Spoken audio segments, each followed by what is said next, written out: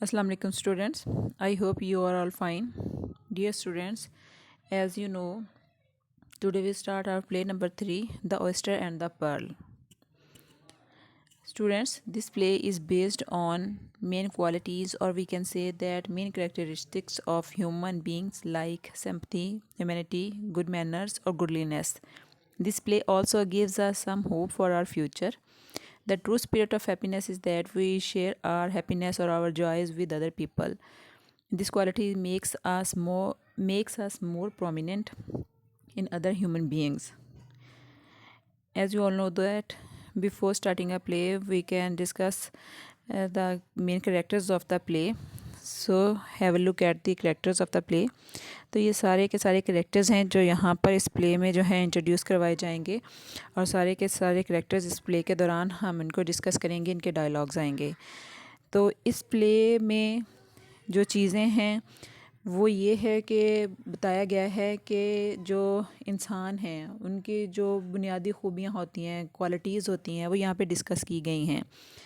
तो एक तरह से जब ये प्ले ख़त्म होता है तो उसमें हमें एक होप का, एक उम्मीद का भी एक फीचर नज़र आता है, और इसमें जो है एक पेसिमिस्टिक अप्रोच दिखाई गई है, ऑप्टिमिस्टिक अप्रोच दिखाई गई है इंसानों की।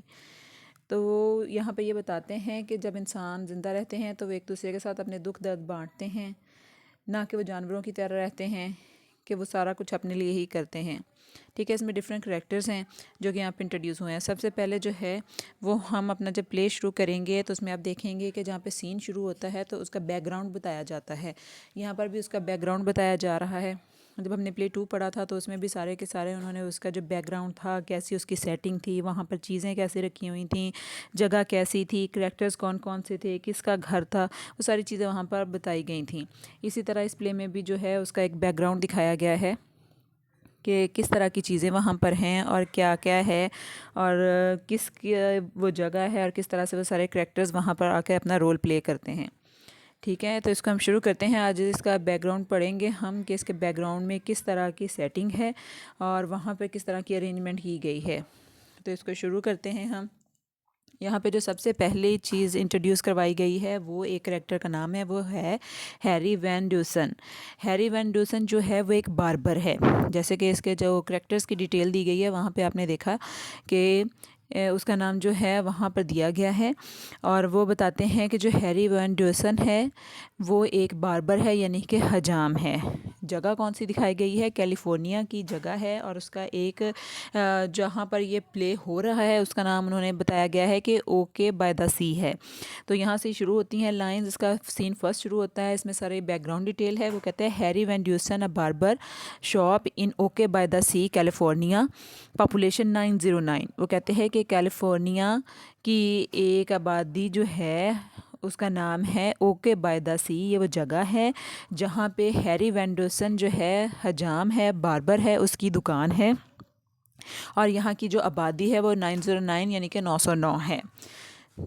आगे वो बताते हैं the sign on the window says, जो उसकी जो विंडो है, जो उसकी खिड़की है, उस पर एक इश्तिहार लगा हुआ है, एक साइन लगा हुआ है, हैरी वैन ड्यूसन बार्बर। उसका नाम लिखा हुआ है कि ये हैरी वैन ड्यूसन हजाम की दुकान है। It is an old fashion shop, ये एक पुरानी तर्ज की दुकान है। ओल्ड फैशन, एंशियंट, कदीम, ये एक पुरानी दुकान है। क्राउडेड विद स्टफ़, जो कि मुख्तलिफ़ तरह की चीज़ों से भरी हुई है। Not usually found in barbers shop, जो कि किसी बार्बर या हुजाम की दुकान पर अमूमन नहीं मिलती हैं। यूजली, जनरली, आम तौर पर। Harry himself for instance, Harry जैसा कि हैरी खुद मिसाल के तौर पर, इंस्टेंस फॉर एग्जांपल। वो कहते हैं कि जो वहाँ पर चीज़ें मौजूद हैं वो अक्सर जो बार्बर की शॉप है वहाँ पर नहीं मिलती, और उनमें से जो सबसे अहम करेक्टर है हैरी वैन ड्यूसन का, वो भी अपना जो उसका प्रोफेशन है, जो उसका ऑक्यूपेशन है, उससे मुताबिकत नहीं रखता। वो उसकी एग्जांपल सबसे पहले है। He has never been known to put on a barber's white jacket और to work without a hat of some sort on his head. वो कहता है कि इसके बारे में ये मशहूर है या ये जाना जाता है कि इसने कभी भी बार्बर वाली सफ़ेद जैकेट, हजाम वाली जो सफ़ेद जैकेट है वो नहीं पहनी, या अपने सर पर किसी किस्म का हैट पहने बगैर काम नहीं किया। दो चीज़ें बताई जा रही हैं, एक ये कि एक तो उसने वाइट जैकेट जो बार्बर्स पहनते हैं वो कभी नहीं पहनी, और दूसरा ये कि उसने हैट लिए बगैर कभी काम नहीं किया। विदाउट हेड वो कोई काम नहीं करता। तो यहाँ पे फिर वो आगे डिटेल देते हैं, a stove pipe, a derby, a western homburg, a skull cap, a beret और अ स्ट्रॉ। अब ये सारे के सारे उसकी हैट्स हैं जो मुख्तलिफ़ तरह की हैं। वो कहते हैं कुछ वेस्टर्न स्टाइल की हैं, कुछ ऐसी हैं कि जो थोड़ी सी ऊपर को उठी हुई हैं, कुछ तिरछे अंदाज में पहनी जाती है, और फिर कुछ ऐसी हैं स्ट्रॉ वाली जो है जिसका जिक्र किया अगर तिनकों से बना हुआ हैट है जो वो पहनता है। ये सारी डिटेल उसके हैट्स के नाम हैं जो अपने सर पर रखता है, और वो ये सर पर हैट रखने के बाद काम करता है।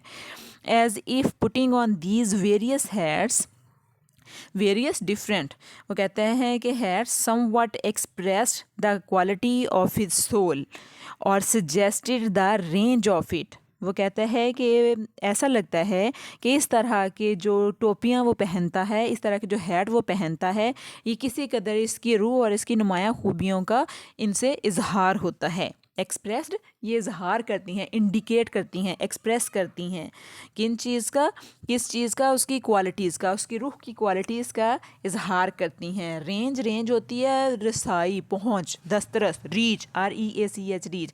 वो कहते हैं कि इस तरह लगता है कि जिस तरह की ये मुख्तलिफ हैट्स वो पहनता है, वो उसकी रूह और की जो मेन क्वालिटीज़ हैं, मेन खूबियाँ हैं, इसका इजहार करती हैं ये जो हैट्स हैं। ठीक है, इसके बाद नेक्स्ट वो जो डिटेल दे रहे हैं वो है ऑन द वॉल, और जो उसकी कहते हैं कि दीवारें हैं, ऑन शेल्व्स, और उसके जो शेल्व्स हैं, उसके जो ताक बने हुए हैं, जो वहाँ पर कैबन्स बने हुए हैं, are many odds and ends, कहते हैं वहाँ पर मुख्तलिफ़ तरह की चीज़ें हैं, काट कबाड़ हैं, बिट्स एंड पीसीज हैं, टुकड़े हैं मुख्तलिफ़ चीज़ों के काट कबाड़ की। Some apparently reached up by the sea, वो कहते हैं कुछ जो हैं वाज़े तौर पर, अपेरेंटली ऑब्वियसली वाज़े तौर पर जो हैं समंदर से बाहर उछाली हुई चीज़ें हैं। मिसाल के तौर पर समंदर में कोई चीज़ आती है तो जाकर बाहर आ जाती है, समंदर का पानी जब बाहर फेंकता है तो कहता है वो इकट्ठी करके उसने वहाँ पर रखी हैं, समंदर से बाहर उछाली हुई चीज़ें हैं। Which is a block down the street, वो कहता है जो कि यहाँ से एक ब्लॉक के फासले पर है, वो समंदर जहाँ से एक ब्लॉक के फासले पर है।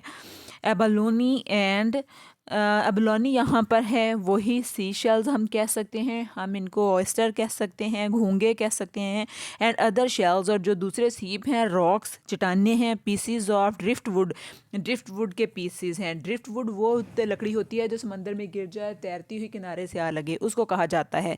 वो कहते हैं कि ड्रिफ्ट वुड है यहाँ पर। अ लाइफ जैकेट, वहाँ पर एक लाइफ जैकेट, यानी कि लाइफ जैकेट क्या होती है, इंसानी जो इंसान को तैरता रखने वाली जैकेट जो होती है, इंसानों को बचाने वाली जैकेट जो होती है वो है, रोप है, रस्सी है, सी प्लांट्स और समुद्री पौधे हैं।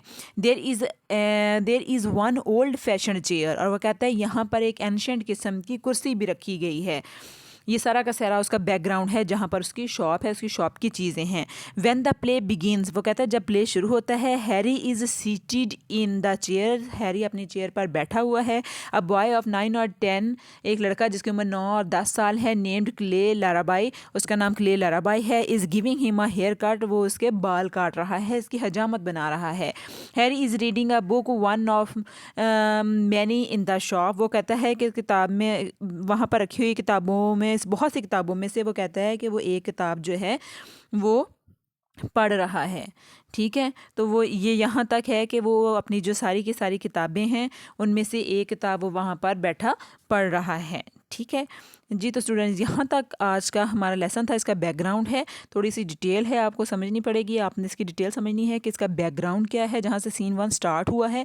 2 कैरेक्टर अभी तक इंट्रोड्यूस हो चुके हैं, एक है हैरी वैन ड्यूसन और दूसरा है क्ले लाराबाई, जो कि उन्होंने बताया है कि 9 और 10 ईयर्स का एक यंग बॉय है।